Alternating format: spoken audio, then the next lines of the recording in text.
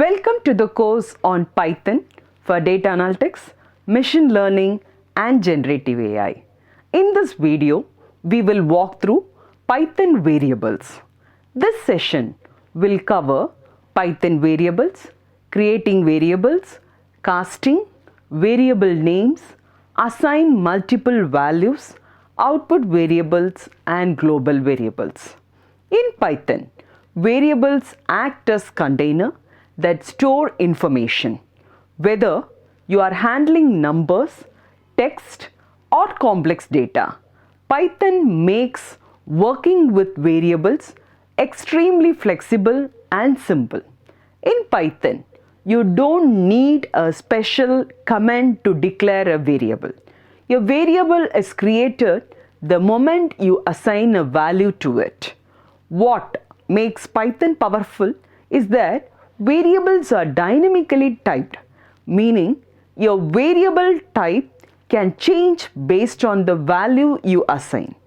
If you want to explicitly define the type of a variable, Python allows you to do this through casting. For example, using int_of, float_of or string_of, you can convert a value to a specific data type. This becomes especially useful when dealing with user inputs or data cleaning. Python has simple, clear rules for naming variables. A name must begin with a letter or underscore, cannot start with a number and can only include alphanumeric characters and underscores. Python is case sensitive, so age and capital AGE are different variables. Also, remember you cannot use Python keywords as variable names. Python gives you flexibility when assigning values.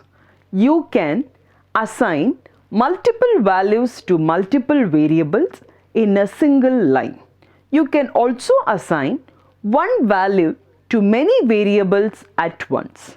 Additionally, Python allows unpacking of lists or tuples, which means you can extract values directly into separate variables.